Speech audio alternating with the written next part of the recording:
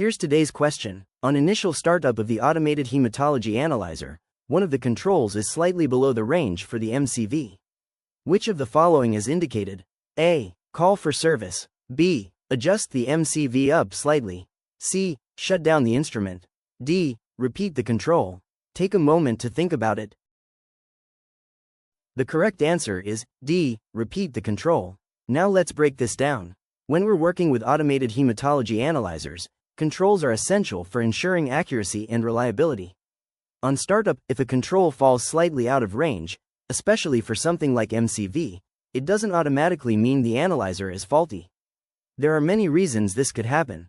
For example, it could be due to pipetting errors, sample mixing issues, or just random variation. If we immediately call for service or adjust the analyzer, we might be overreacting without verifying the situation. Similarly, shutting down the instrument would interrupt workflow unnecessarily.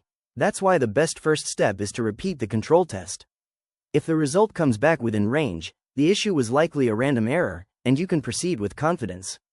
But if the control is still out of range after repeating, then you would start troubleshooting, checking reagents, instrument maintenance, or contacting service if needed.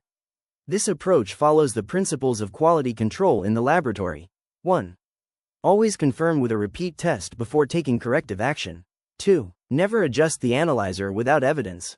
3. Document the control results and any corrective steps. So, remember, if a control is slightly out of range, your first move is not panic. It's simply to repeat the control and verify. That's how you ensure both accuracy and efficiency in hematology testing.